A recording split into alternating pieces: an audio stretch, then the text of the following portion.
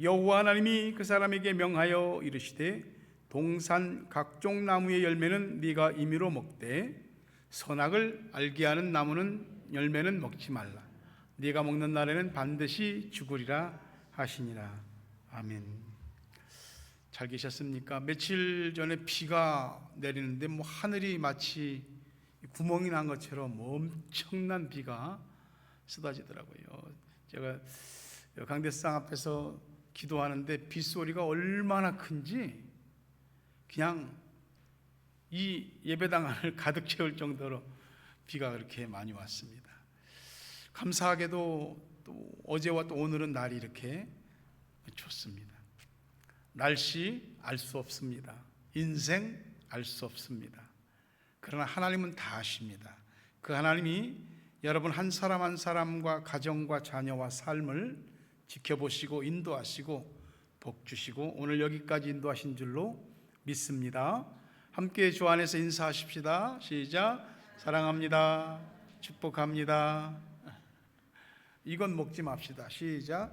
선악과는 먹지 맙시다. 제목 자체가 선악과 먹지 말라. 그러니까 솔직히 하지 마. 이런 거 들으면 사람이 괜히 거부감이 좀 생기고 왜? 네가 뭔데? 이런 마음들이 생기게 됩니다. 선악과라는 말은 우리가 너무나 많이 들은 거죠. 선악과는 우리말로 딱 이게 선악과 세 글자인데 영어 성경은 좀 다릅니다. The tree of knowledge of good and evil. 길지요. 선과 악을 알게 하는 지식의 나무라는 뜻입니다. 근데 말이죠, 이게 선악과는 솔직히 생각 안 하고 살아서 그러지 가만히 생각해 보면 고민이 좀 돼요. 골치가 아픈 면도 있고요, 이해가 안 되는 면도 있습니다. 처음부터 아예 선악과 같은 거 없었으면 그거 먹었네 안 먹었네 이런저런 일도 없고 예수님이 오셔서 어쩌고 저쩌고 그런 일도 없고 우리가 죄를 짓고 죽음에 이르고 우리가 다시 죄 용서받고 우리가 그 다음에 구원받아서 영생 가는 이런 복잡한 이 전개 이런 스토리가 전혀 필요 없을 것 같은데 하려 이런 걸 만드셔서 우리 헷갈리게 하고 인생 피곤하게 하나? 그럼 하나님 진짜 우리 골치 아프게 하려고 인생 힘들게 하려고 선악과 만드셨는가? 그건 아닙니다. 오늘 그 얘기를 드리려고요. 하나님께서는 우주를 만드시고 에덴 동산을 특별히 만드셨다고 그랬습니다. 그 에덴 동산에 사람을 살게 하셨어요. 에덴이라는 말은 기쁨, 환희 그런 뜻입니다. 그러니까 에덴이라는 말 그 자체가 기쁨과 행복의 동산 그런 뜻이죠. 오클랜드 가면 있지요. 마운트 이든. 마운트 이든이 에덴 말 그대로 에덴 동산이에요. 여기 타우랑가에는 예수님 나신 베들레헴도 있는데 이 에덴 동산에서 발원한 이 네 개의 강을 보면 이 에덴 동산이 얼마나 풍요로운 땅이었는지를 알 수가 있습니다. 에덴 동산에서 발원한 이 4대 강이 첫째는 기혼, 이게 사우디아라비아를 근접해서 흐르는 강입니다. 비손강. 그다음 기혼은 에티오피아, 아프리카 에티오피아에 인접한 나일강 자락으로 보여집니다. 그 다음에 히데겔, 이 영어 성경이 더 정확하게 들어보셨을 거예요. 티그리스 강입니다. 터키, 오늘날 투르키예죠. 투르키에서 북동쪽에서 발원해서 시리아를 거쳐 이라크의 바그다드를 거쳐 다시 이 유프라테스 강과 합류하는 페르시아만으로 유입되는 강입니다. 그 다음에 네 번째 강이 유프라테스 강입니다. 이게 중동 지역에서 제일 큰 강인데 메소포타미아 지역을 흐르고 있습니다. 에덴 동산이 어디냐라고 하는 얘기는 수없이 많은 얘기들인데 이런 지정학적인 것을 보면, 지리학적인 것을 보면 중동이 지금은 거의 사막이지만 과거에는 너무나 아름다웠던 땅, 에덴 동산을 품었던 땅이었던 걸 알 수가 있죠. 이 완벽하고 풍요로운 땅에 사람을 살게 하셨어요. 거긴 부족한 게 없었어요. 사람 보고 에덴 동산을 관리하라고 하셨어요, 하나님이. 그리고 하나님이 에덴 동산에 있는 모든 걸 다 허락하셨어요. 다 허락하셨어요. 한 가지만 빼고, 선악과지요. 선악과 먹지 말라고, 먹으면 죽는다고 그 얘기 하시고서 나중에 하와를 하나님이 아담의 갈비뼈 하나를 취해서 창조하시고 여자를 만들어 배필을 이루게 하셨죠. 그럼 선악과는 도대체 뭔가? 선악과를 생각할 땐 에덴 동산을 빼놓을 수가 없어요. 너무나 풍요롭고 다 허락된 에덴 동산이지만 한 가지 금기사항이 이 선악과였어요. 이 선악과가 어디냐면은 에덴 동산 중앙에 있어요. 센트럴에 위치해 있다고요. 그러니까 가운데 딱 선악과가 있으니까 어디를 가든지 어디서든지 다 보일 거 아니에요. 그러면 그 선악과가 어디서든지 보인다는 건 이게 유혹이 될 수도 있고, 반대로 생각하면 하나님이 말씀하신 저거는 먹지 마라 하신 그 나무구나, 이렇게 생각이 들 수도 있는 겁니다. 근데 사람이 말이죠, 10가지를 10번을 잘해주다가도 한 번만 자기한테 잘못하면 사람은 팩하고 돌아서는 게 사람이에요. 다 허락해 주셨어요. 단 한 가지, 선악과만 금지하셨어요. 동산 중앙에 있는 그 선악과가 늘 신경이 가, 마음 쓰여. 이 선악과만 없었다면 인간의 타락 같은 것도 없었을 것이고, 인간이 수고하고 늙고 병들고 이별하고 죽는 그런 고통도 없었을 거예요. 기독교의 모든 교리의 시작은 이 선악과에서 출발하고 있거든요. 아담이 선악과를 먹고 나서부터 인간이 죄를 짓고 나고 죄가 세상에 들어왔고, 그 죄가 오리지널 신, 원죄가 되었고, 그 원죄로 계속 모든 태어나는 인류들이 그 죄의 유전을 받으니까 인류의 타락은 계속되는 겁니다. 그래서 인간 스스로 그 죄와 사망을 해결할 길이 없는 거예요. 왜? 모든 사람이 다 죽더라고요. 왜 죽냐? 죄의 삭은 사망이라고 그러셨거든요. 죄 때문에 죽는데 죄 문제를 해결을 못하니까 다 죽는다 이 말이에요. 그래서 누가 오셨느냐? 예수님이, 하나님이신 그분이 사람이 되어 이 땅에 오셨고 우리를 대신하여 고난을 받으시고 우리 죄를 대신해서 십자가에 죽으셨어요. 대신 죽으셨어요. 그리고 우리의 죄 문제를 십자가에서 해결하시고 우리에게 구원, 그리고 부활하심으로 죽음의 문제를 극복한 영생의 문을 여신 거예요. 근데 하나님은 도대체 뭐 이렇게 복잡하게 하셨을까? 서두에 이야기한 대로 선악과 같은 거 애당초부터 없었으면 좋았잖아. 하나님이 만드신 낙원에 필요 없는 것은 없습니다. 선악과도 인간에게 필요하셔서 하나님이 허락하신 겁니다. 선악과는 어떤 과일일까? 사람들이 궁금점도 많지요.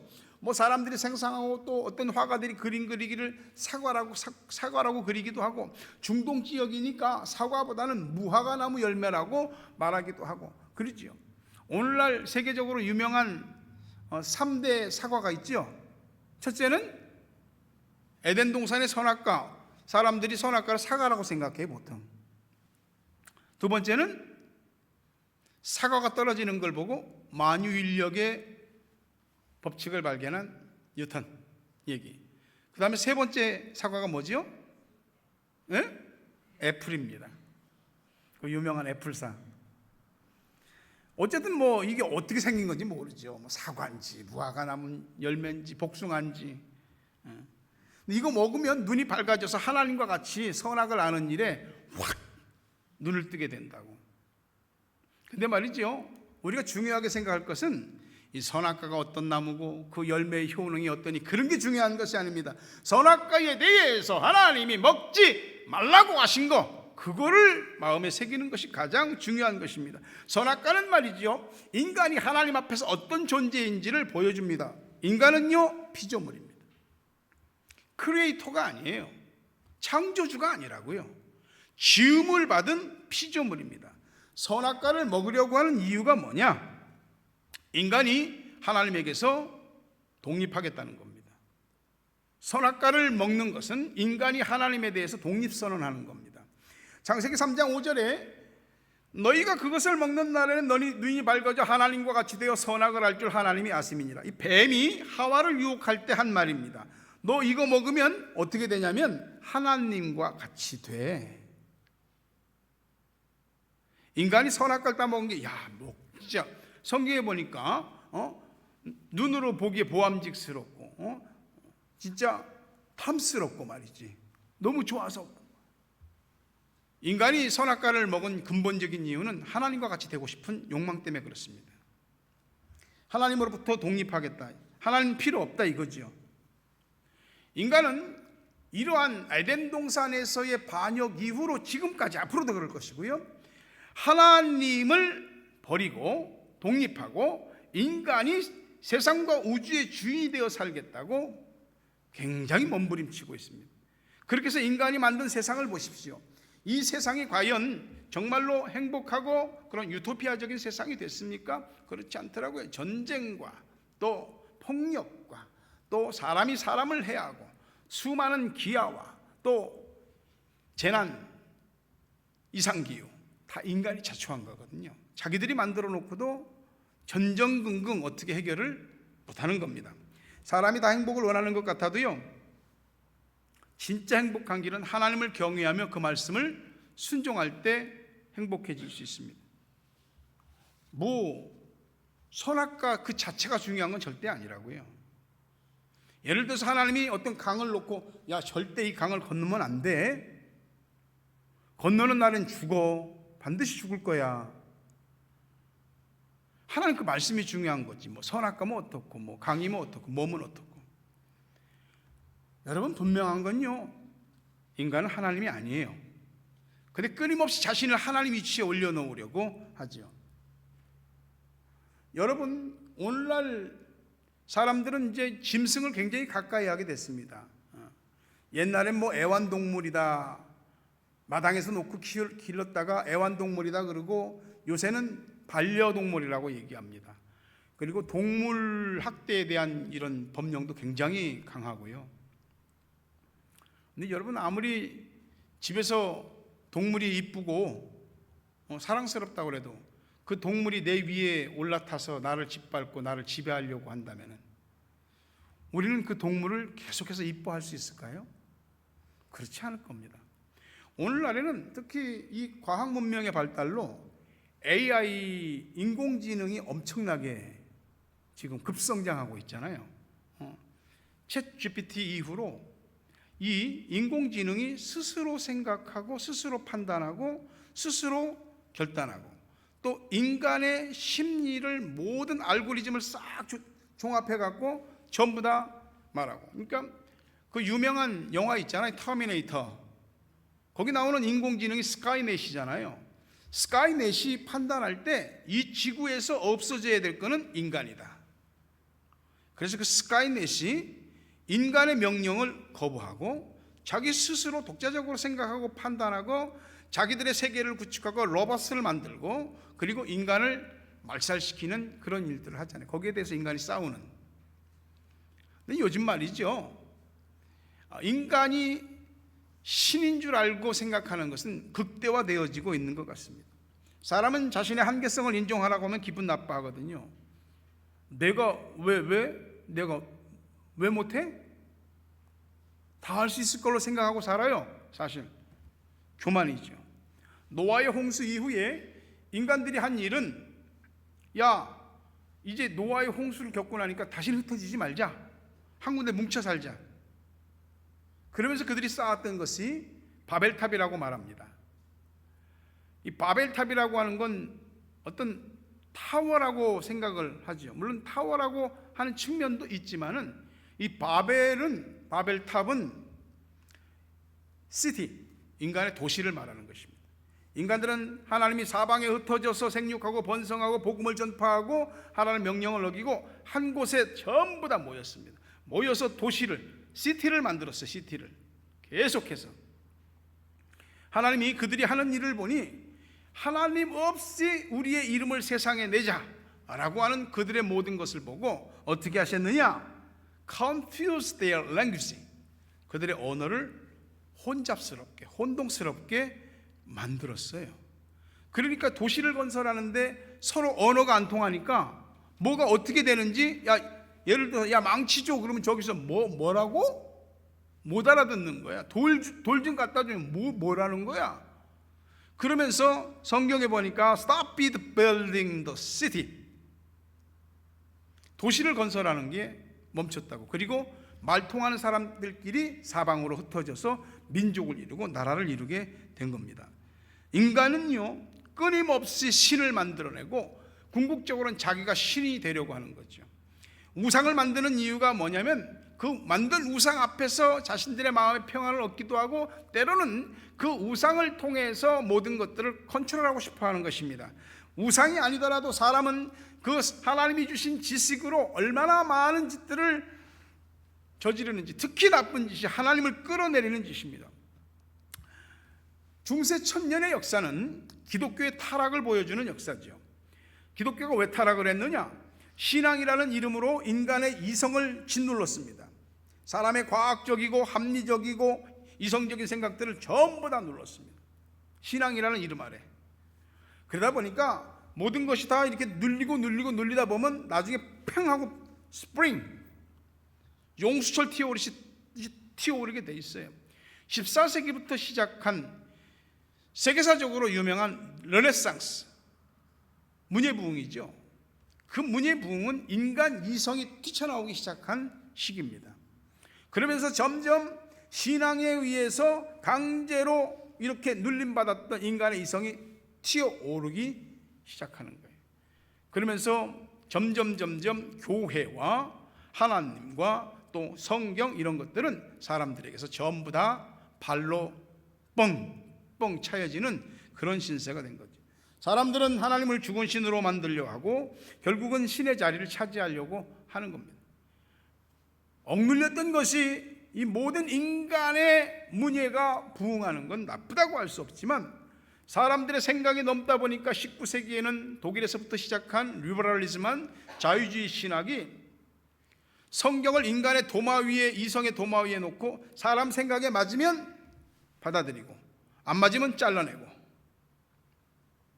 하나님을 인간의 땅에서 추방하려는 일이 계속되고 있습니다. 과학에서는 진화론이, 사회과학에서는 공산주의 유물론이 나타나면서 유토피아적인 세상을 꿈꾸려고 했죠. 그거 만들려고 그랬어요.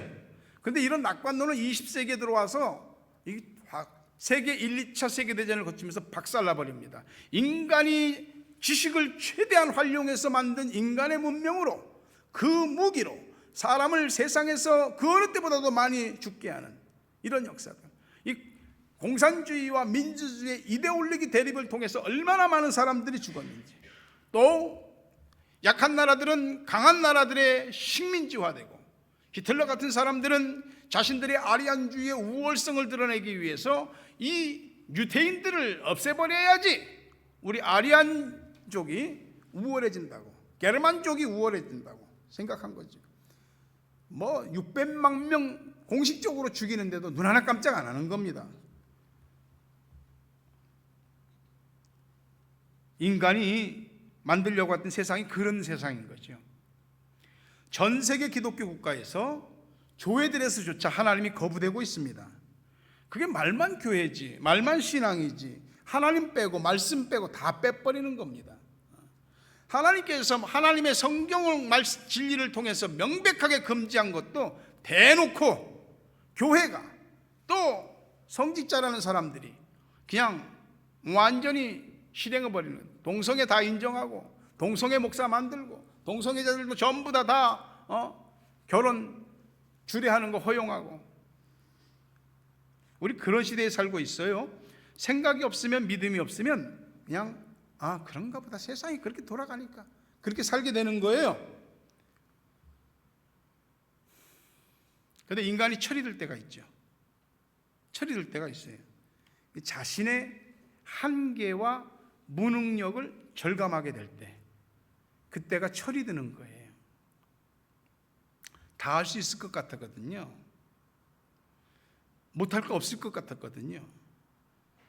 살아보니까, 해보니까 안 되는 거 투성이고 못하는 거 투성이에요. 그래서 그때 그런 일을 만나면서 하나님 앞에 고개를 숙이게 되는 거예요. 사람은 자기 절벽에 부딪혀 보기 전에는 자기 한계를 인정하려고 하지 않아요.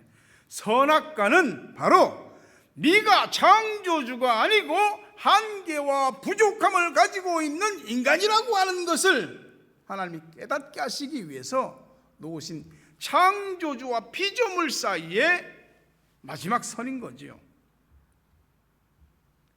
내 한계를 인정할 때 사람은 패배하는 것 같고 인생에서 무너지는 것 같은 생각이 듭니다. 아니요.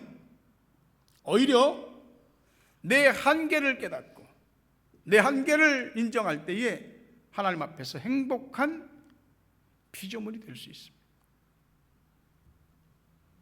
우린 창조주가 아니에요.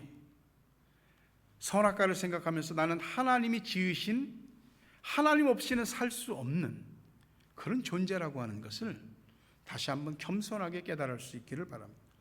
선악과를 우리에게 하나님이 허락하신 또 다른 한 가지 이유는 free will, 자유의지입니다.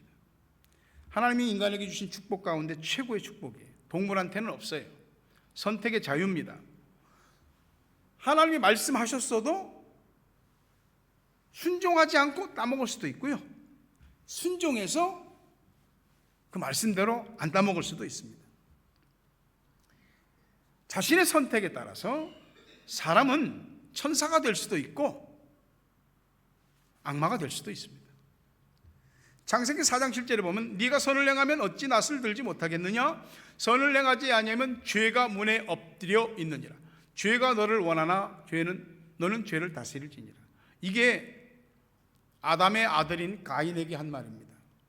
가인과 동생 아벨이 똑같이 하나님께 예배를 드렸지만 하나님이 아벨 예배는 받으시고 가인 것은 안 받았어요. 뿔이 났어요. 어떻게 보면 내 예배가 잘못됐다고 승질 난 것이 조금 거룩해지려고 하는 모습일 것도 같은데 방향이 잘못됐죠. 왜 내 건 안 받고 동생 것만 받냐고 늘 분이 나서 씩씩거리고 다녔습니다. 하나님이 하신 말씀이에요. 너 선 행하지 않으면 죄가 문 앞에 엎드렸다. 죄가 문 앞에 엎드렸다는 것은 이 사자나 육식동물이 사냥하기 위해서 아주 낮은 자세로 엎드려 있는 공격 준비 자세입니다. 죄는 너를 원한다. 그러나 너는 죄를 다스려라. 이건요, 죄 지을 건지 아니면 죄를 다스릴 건지 그 가인 자신에게 달려있는 일이에요. 근데 가인은 불행하게도 동생을 죽이는 선택을 했습니다. 애초에 좀 이런 일이 안 나게 하나님이 가인을 딱 강제적으로 막았으면 얼마나 좋을까. 하나님 그렇게 하지 않으셨어요. 가인에게 선택하도록 하셨어요. 그런 자유를 허락하셨다고요. 운명? 우리에게 정해진 운명이란 그런 건 없어요. 사주팔자? 그런 거 없어요. 우리는 죄의 길을 갈 수도 있고 죄의 길을 거부하고 하나님 말씀대로 살 수도 있어요. 이 자유의지를 인간에게 주셨어요. 하나님이 인간에게 부여한 자유의지는 굉장히 강력해서 하나님도 강제로 참견하시지 않습니다. 야곱이 쌍둥이로 태어났는데 둘째로 태어났단 말이야. 첫째로 태어나야 장자의 권리와 장자의 축복을 다 받는데 둘째니까 아무것도 못 받는 거야. 그래서 형도 속이고 아버지도 속이고 비열한 방법을 써가면서 장자의 권리와 장자의 축복을 다 가로챘어요. 하나님이 너 그렇게 하지 않아도 네가 나중에 장자가 될 거야. 성질 좀 죽이고 머리 좀 그만 쓰고 기다려. 아니요, 하나님이요 내버려 두셨어요. 다 자기 선택. 결국 야곱은 형이 죽인다고 그러니까 피해서 바단 아람으로 외갓집이죠. 20년 동안 고생하다 돌아와요. 하나님이 그렇게 하신 이유가 뭐예요? 스스로 깨닫고 돌아오기를 기다리신 거예요. 이스라엘 백성들이 오직 하나님과 그 말씀을 따라 살아야 되는데 그들이 하나님을 버리고 우상을 숭배하고 믿음에서 멀어져 살아갈 때에 하나님이 어떻게 하셨어요? 선지자들을 통해서 돌아와라, 우상 숭배를 멈추고 돌아오라고 하셨어요. 그것뿐이에요. 스스로 깨닫고 돌아오기를 원하신 거죠. 예수님께서 누가복음 15장에서 말한 돌아온 탕자의 비유를 얘기하시잖아요. 거기 아버지가 나오는데 그 아버지가 바로 우리 하나님 아버지 모습이에요. 이 둘째가 아버지 나한테 떨어질 유산 미리 주세요. 어차피 나 줄 건데. 갔더니 가서 다 허랑방탕하고 거지같이 살다가 완전히 진짜 상거지 꼴을 하고 집으로 돌아왔어요. 아버지가 뭐 어떻게 했어요? 아들 찾으러 돌아다녔어요? 스스로 깨닫고 돌아오기를 기다린 거죠. 예수님도 보세요. 예수님의 제자들 가운데 예수님을 배반할 자가 있다는 걸 아셨어요? 몰랐어요? 아셨잖아요.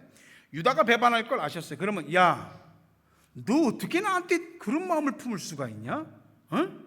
나한테 배운 것이 고작 그거냐?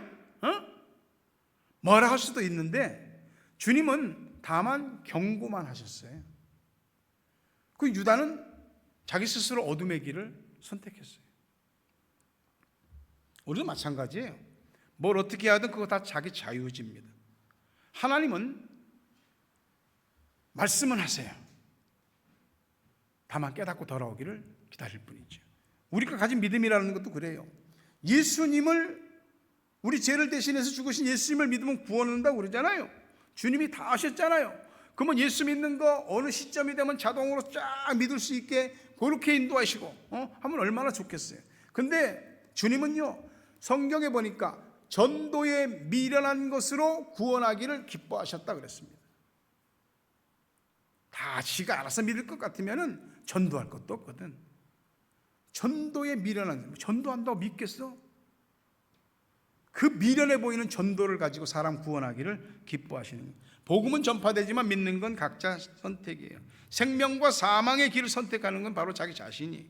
하나님 밥상을 차려놓으셨고 그 밥상에 와서 앉아 먹느냐 마느냐 하는 건 다 자기 판단인 것이죠. 그게 자유의지입니다. 하나님은 선악과를 에덴 동산 중앙에 심어 놓으셨습니다. 그것을 볼 때마다 마음에 유혹이 들면 죄를 짓는 거고, 그것을 볼 때마다 하나님 말씀대로 살아야지 라고 하면은 믿음이 견고해지는 거죠. 근데 선악과에 대해서 하나님이 뭐라고 말씀하셨느냐? You must not eat. 절대 먹으면 안 된다고. 오늘 우리에게 선악과라고 말할 수 있는 것들은 많이 있겠죠. 거룩한 주일을 지켜 하나님께 예배드리는 주일 성수와 11조는 선악과입니다.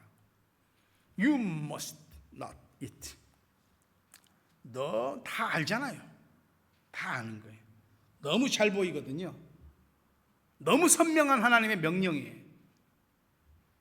절대 먹으면 안 되는 거죠. 우리 주일 안 지킬 수도 있고 지킬 수도 있고, 11조를 드릴 수도 있고 드리지 못할 수도 있고, 우리 앞에는 항상 그 두 길이 있는 거예요. 자기가 선택하는 거예요. 자기 자유의지.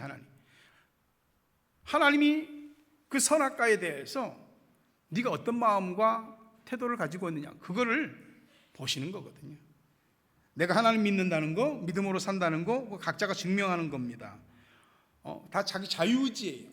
내가 선택한 것에 따라서 복과 불행도 각각 자기 자신의 몫인 거예요. 인간이 하나님을 사랑하는 거 자유의지에 달렸어요.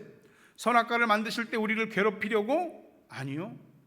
이 선악과는 우리가 로봇이 아닌, 인형이 아닌 하나님을 사랑하는 마음을 가진, 자유의지를 가진 그 사람의 선택으로서 하나님을 사랑하고 순종하는 마음으로 하나님 뜻대로 하는 것, 그걸 하나님이 보시고 싶은 거예요. 하나님 멀리 할 수도 있고 가까이 할 수도 있고요.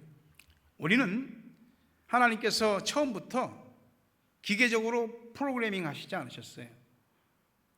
프로그래밍 되면 그대로만 하게 돼 있거든요. 근데 하나님은 우리에게 그런 순종을 원치 않는 거예요. 말씀은 하세요.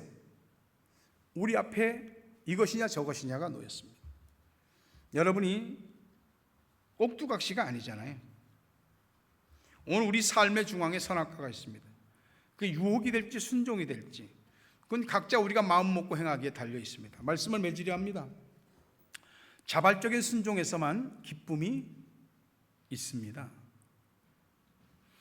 우리가 하나님을 믿는다는 게 안 믿으면 좀 찝찝할 것 같아서, 좀 벌도 받을 것 같은 두려움 때문에? 아니요. 하나님을 믿는 그게, 그 말씀대로 순종하는 게 정말 기뻐서, 그래서 그렇게 하는 여러분 되기를 바라요. 뭐 다른 하나님을 믿는 다른 이유와 가능성도 혹시 있겠지만, 하나님 믿는 게 진짜 너무 감사하고 좋아서 하나님을 믿고 그 말씀을 순종하는 이 선악과의 의미와 가치를 제대로 알고 우리의 삶에서 하나님을 스스로 자발적으로 순종하여 기쁘시게 하는 저와 여러분이 되고, 그에 따른 하나님의 은혜와 복을 다 받게 되기를 주의 이름으로 축원합니다. 주님, 제 마음이 너무 둔해서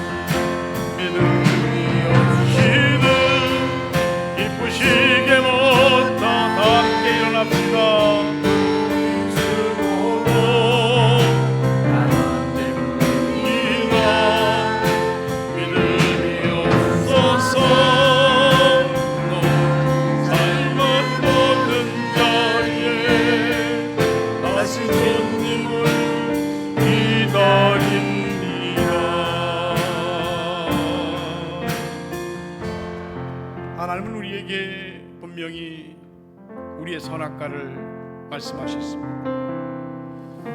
그건 하나님과 나를 구분짓는 것이고, 내가 하나님을 자발적으로 사랑하는지 안 하는지 그걸 나타내는 지표와 같은 것입니다. 오늘 하나님 앞에 여러분의 선악과가 무엇인지 기도하시고, 하나님 믿음 달라고, 하나님 뜻대로 살 수 있는 믿음 달라고 기도하시기를 바랍니다. 주님, 주님, 주님, 나도 내 마음을 가늠하기가 어려울 때가 많나요? 내 모든 생각과 행위에 대해서 나 스스로도 나를 이해할 수 없고 정당화시킬 수 없을 때가 많습니다. 아버지 하나님, 하나님께서 나를 부르신 이유가 무엇인지, 하나님의 그 뜻을 바라보게 하시고 알게 하시고, 세상 손잡지 말고 주님 손잡고 가게 해 주시옵소서. 하나님이 지금이라도 거두어 가시면은 아무 손도 못 쓰고 죽을 수밖에 없는 우리의 연약한 인생이 아니니까, 내가 주인이 아닌데 내가 주인인 것처럼 되어버린 우리의 삶에 다시 하나님을 주인으로 모시고 살아가는 우리의 믿음과 삶이 되게 하여 주시옵소서. 우리가 애타고 고되게 수고하고 정말로 땀을 흘린 모든 것이 하나님이 아니면 다 헛된 것이 될 수밖에 없사오니, 아버지 하나님, 믿음 똑바로 갖게 하여 주시고 하나님 앞에 나의 선악과를 지키며 하나님이 말씀하시는 대로 하나님을 사랑하여 주의 뜻대로 행하는 우리 모두가 될 수 있도록 인도해 주시옵소서. 아버지, 예수 그리스도의 은혜와 하나님 아버지 사랑과 성령님 교통하심, 은혜, 복주심이 오늘 또 하나님 앞에서 나의 선악과를 구분하고 믿음으로 또 하나님을 사랑하는 마음으로 선악과를 지켜낼 수 있는, 그러기 위해 몸부림치는 우리 성도들 머리 위에, 저들의 가정의 자녀 위에, 생업 위에, 고국 땅과 세계 각처에 있는 사랑하는 우리 가족들, 기도의 동역자들 위해 이제부터 영원토록 함께 있을지어다.